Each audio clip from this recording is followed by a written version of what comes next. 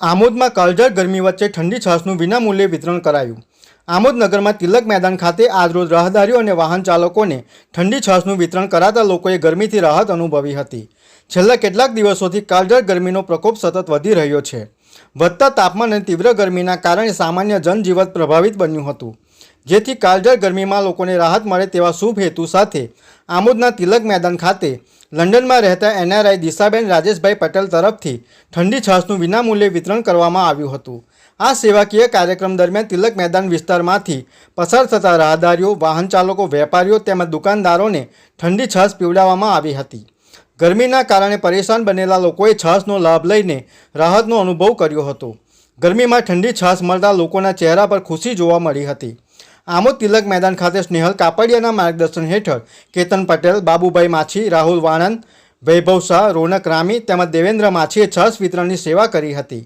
ત્યારે લોકોએ યુવાનોની સેવાકીય પ્રવૃત્તિને બિરદાવી હતી। સ્નેહલ કાપડિયાએ જણાવ્યું હતું કે ઉનાળાની ઋતુ દરમિયાન ગરમીથી લોકોને ડિહાઇડ્રેશન ના થાય અને તકલીફ ના થાય તે માટે લંડન રહેતા દિશાબેન રાજેશ પટેલ તરફથી અમોને ઠંડી છાશ વિતરણ કરવા માટે પુણ્યનું કામ આપ્યું હતું।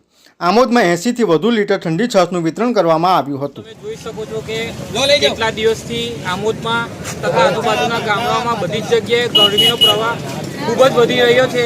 તે દરમિયાન લંડનમાં ફરજ બજાવતા દિશાબેન રાજેશભાઈ પટેલ તરફથી આ અમોને પુણ્યનું કામ સોંપ્યું હતું અને છાશનું વિતરણ કર્યું હતું, જેથી આજુબાજુના ગામડામાંથી આવતા લોકો, ગરીબ લોકો, બધા લોકોને મતલબ કે બોડી ડિહાઇડ્રેશન ના થાય, ગરમીમાં એમને તકલીફ ના પડે તે બદલ અમે આજે આ છાશનું વિતરણનો કાર્યક્રમ એમના તરફથી રાખ્યો હતો।